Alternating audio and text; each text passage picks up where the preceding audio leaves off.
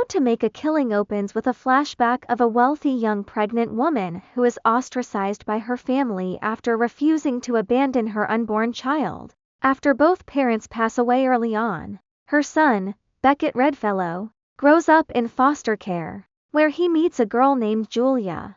Years later, a grown-up Beckett played by Glenn Powell is working a low-level job, seemingly content with his modest life.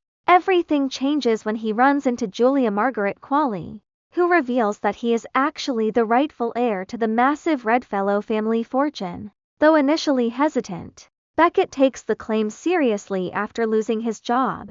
He decides to systematically eliminate the family members standing between him and his inheritance, starting at the bottom of the family tree with Taylor Redfellow Rafflaw.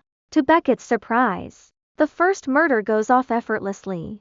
At the funeral, he leverages the tragedy to strike up a conversation with Taylor's grieving father, Warren Bill Camp, which successfully lands him a job and direct access to the inner family circle. His next target, Noah Zach Woods, proves more challenging, but Beckett meticulously plans the hit to look like an accident. Following Noah's death, Beckett grows close to Noah's girlfriend, Ruth Jessica Henwick, and the two eventually move in together.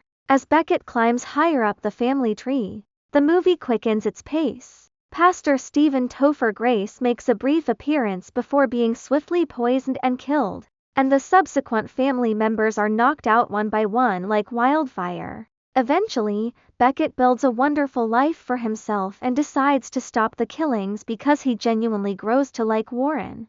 However, fate intervenes when Warren dies of a sudden heart attack, leaving only the family patriarch, Whitelaw Harris, remaining.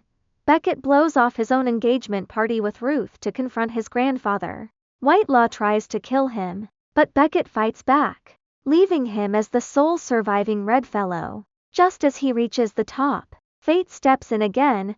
Beckett is arrested. While the audience is initially led to believe he is imprisoned for slaughtering his family, it is revealed he was actually framed for the murder of Julia's husband. It turns out Julia set him up to steal the fortune for herself. In a twisted ending, Ruth leaves him, but Julia uses her power to get Beckett out of prison, and the two return home together. Review: a rushed but entertaining ride. Directed by John Patton Ford, How to Make a Killing is a fun, twisty thriller. Even if the execution gets a bit bumpy, the film does an excellent job setting up Beckett's first few calculated crimes, allowing the audience to watch him carefully research and execute his plans. Unfortunately, the film rushes through the middle section, killing off interesting family members, especially Topher Grace's pastor Stephen, without giving them any proper backstory.